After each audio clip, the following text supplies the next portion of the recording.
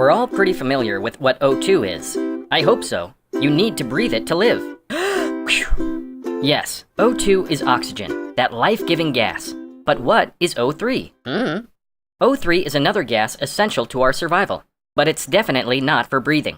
O3 is ozone. High up in the stratosphere, it's made naturally and absorbs harmful ultraviolet rays from the sun. Without it, life as we know it couldn't exist. We need the ozone layer in the stratosphere. We want it, we rely on it. But don't get too used to singing ozone's praises.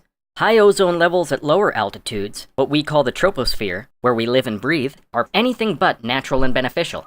In fact, down here, it turns out to be a toxic atmospheric pollutant. Yep, you heard me right. Ground-level ozone primarily exists due to human activities that burn fossil fuels. Transportation, our power and industrial plants, and other activities expel nitrogen oxides and hydrocarbons. When those compounds interact with sunlight, voila, ozone is created, a contributor to smog. That's why ozone levels increase during the summer months when sunlight is abundant.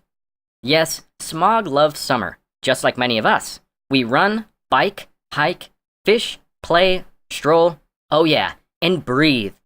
Yes, the fact that more people are outside when it's warmer makes us particularly vulnerable to ozone's harmful impacts. Ozone is a harmful oxidant.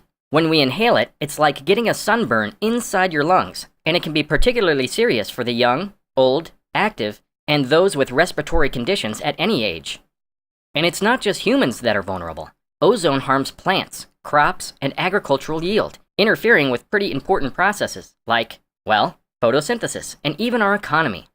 To make matters worse, ozone production increases with higher temperatures, which are occurring more frequently with climate change.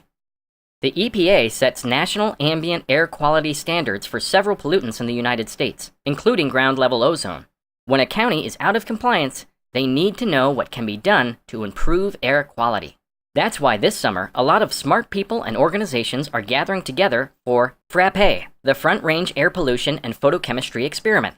Working in close collaboration with NASA's Discover AQ project, the two campaigns plan to take detailed measurements from the ground, air, and even satellites to gauge ozone and ozone precursors.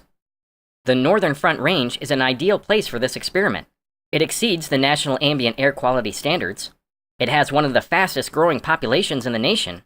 It's summertime weather, and mountains and valleys cause complex circulation patterns that exacerbate ozone pollution. And let's not forget that air pollution is a global commons.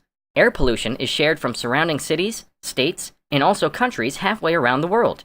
Frappe will be researching these sources too.